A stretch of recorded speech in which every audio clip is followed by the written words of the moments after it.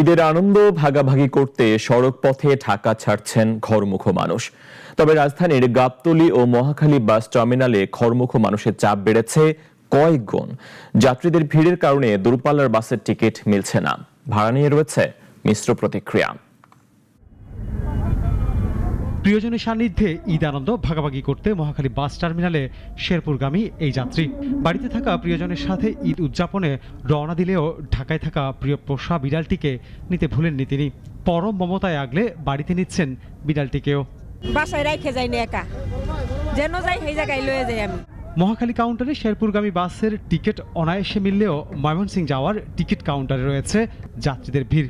Ticket পেলেও বাসের জন্য অপেক্ষা করতে হচ্ছে ঘন্টার পর ঘন্টা। যে গাড়িটা দিয়েছে সেটা এখনো পাম্পে, এখন যে ওটা আসলে তারপর আমরা টিকিট পেয়ে তারপর যাব।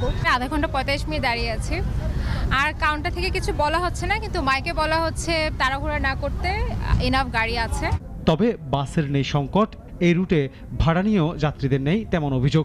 তবে বাস নির্দিষ্ট সময়ে না ছেড়ে যাওয়াতে রয়েছে অব্যবস্থাপনার অভিযোগ। 310 টাকা টিকিট নিছে, আর গাড়ি কখন ছাড়বে এটা ঠিকানা দেয় নাই।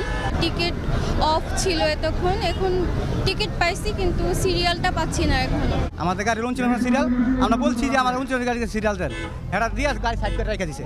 আমার আমার গাড়ি সিরিয়াল ছেড়ে দিছে। বাস কর্তৃপক্ষ বলছে বাসের সংকট নেই, তবে সড়কে জ্যাম থাকায় গাড়ি ছেড়ে যাচ্ছে দেরিতে। আনোয়ার হোসেন, নাগরিক, ঢাকা।